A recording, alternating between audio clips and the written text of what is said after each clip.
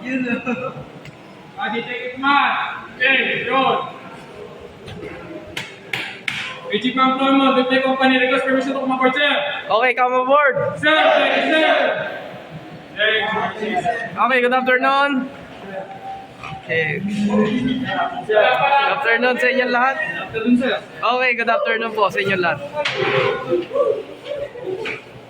It's another good day mga kabrodi dahil kakatapos lang ng ating prelim exam mga kabrodi. Ngayon ay midterm naman tayo. Ngayon sa midterm ay magre-report naman yung mga students sa kanilang mga module mga kabrodi. And then ito yung mga ibang students na nagpe-prepare para mag-report. Bago sila mag-report, nagkaroon muna sila ng mga konting pa-games mga kabrodi para nga naman yung mga inaantok ay gising na gising sa kanilang mga palaro.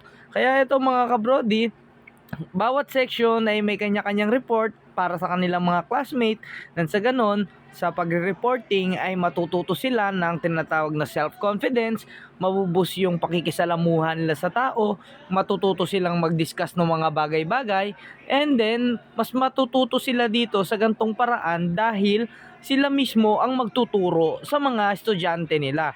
So dahil sila yung magtuturo, mas magpe-prepare sila na ma-i-deliver ng tama, and then aaralin nila ng maigi yung kanilang mga modules. So ito nga mga kabrodi, nag-games muna sila at sila'y masayang masaya dahil may mga pakwela games sila mga kabrodi. Kaya ito sila kung ano-anong games ang pinagagawa before mag-report. So yan, gagayahin lang nila yung mukha nung nasa picture habang may pinapahula ang isang word. So paunahan makahula, Group A and Group B. So kung sino yung mananalo, sila yung mag-uwi ng mga papremyo. So yan, tuwang-tuwa sila doon sa pag-games ng kanilang mga mates. At yan mga kabrodi, may nanalo na nga, may premyo silang Pringles and PK. So maraming salamat sa papremyo. And then magpatuloy na tayo mga kabrodi. So magre-report na sila. Eto na yung mga estudyante, may dala pa silang mga props. Nang sa ganun, ma-discuss nila ng tama yung kanilang tinatopic. So meron silang dalang PPE dito. Nang sa ganun, ma-discuss nila at makita ng kanilang mga klase kung ano ba talaga ang ibig sabihin ng PPE, Personal Protective Equipment. Ito yung mga bagay na ginagamit natin sa barko upang maprotektahan tayo sa anumang klase ng aksidente. So this is first line of defense natin, nang sa ganun hindi tayo maaksidente sa barko. So yan mga kabrodi, tuloy-tuloy pa rin tayo sa iba't ibang klase, iba't ibang section. Bawat iba't section may mga kanya-kanya silang pasorpresa at kung ano-ano mga kabrodi. Meron pang mga gimmick na sila Santa Claus, so may mga lively games sila at kung ano-ano mga kabrodi. Kaya nakakatuwa nga naman, yung mga kaklase nila ay masayang masaya din habang same time nag-aaral at natututo. So ganun mga kabrodi. Ayun din yung isa kong prinsipyo, gusto ko ng mga estudyante ay nag-aaral and same time ay nag-e-enjoy. So kailangan nila mag-enjoy kahit papano dahil hindi puro stress ang ibibigay natin sa kanila. Kasi kung puro stress nga naman, nakaka-exhausted nga naman mga kabrodi. Kaya minsan kailangan din natin mag-enjoy habang natututo. Sabi ko nga lagi sa mga estudyante ko, di baling mabagal matuto as long as na hindi tayo humihinto sa pag-aaral. Kasi pag hindi tayo humihinto at patuloy tayong nagpa-practice at nag-aaral ng tuloy-tuloy, ay darating din yung time na magiging mga mahuhusay tayong nilalang. Kaya ini-encourage ko sila na huwag silang huminto, tumigil sa pag-aaral dahil ang pag-aaral ang kanilang magagamit para sa kanilang mga future mga kabrodi.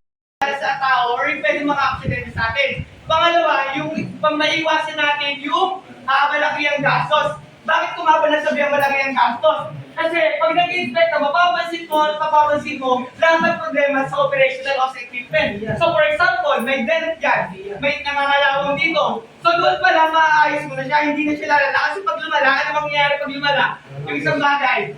So lalaki yun, magastos, kaya sayang sa oras yun. And pangatlo, ano nga ba yung kinoconsider bakit kinakailangan natin ng inspection at checking? safety nasabi na rin sa gasos. And lastly, yung protocol. So, yung protocols naman is hindi lang siya nakalaan sa barko. Lahat naman may protocols, iba't ibang protocol. Sa barko, ganun din, kinakailangan din na mag-protocol tayo. Eh, yun yung protocol na sinasabi. So, kailangan natin sundin. So, what kailangan sundin? Siyempre, top priority yung safety ng bawat isa. Naiintindihan ba? So, alam na natin bakit kinakailangan or bakit essential yung pre-operational checks and inspections sa barko. So, talakayan naman natin kung ano yung mga halimbawa ng pag-inspection or possible lang mapunta yung sa ating malakas pagpulot tayo or malaman. So, nag-set protection daw. Bakit nga ba kailangan natin ng head protection sa pagbabarko o ang PPE? Sa iyong opinion, bakit kailangan natin ng head protection? Para maging safety tayo sa mamalagawa natin sa araw. Para may mga halimbawa ng narinig sa ulo natin. Tama po yun. Kasi hearing protection naman, Lucio, bakit kailangan natin ng hearing protection? Bakit kailangan natin ng hearing protection sa iyong opinion? Para kung project may malakas na sound, hindi siya masyadong masakit. Another good day mga kabrodi, nandito tayo sa PNTC kasama ang MTPB 11A2 and then nag-present sila ng kanilang topic na deck machinery and cargo handling gear. So, yung presentation nila is very lively dahil may mga pa-games sila and may pa-regalo sila na pa-premium. So, I would like to compliment Group 3 para sa lively presentation.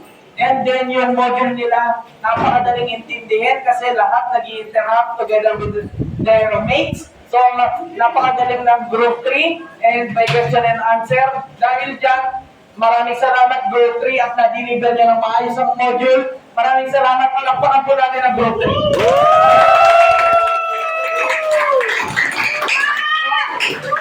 Okay, paano mga kabrodi? Maraming salamat. Mamaya i-upload ko ang ating video. I-update ko na lang kayo para sa akin mga panibagong vlog, panibagong content. Hanggang sa waling pagkikita. Paalam!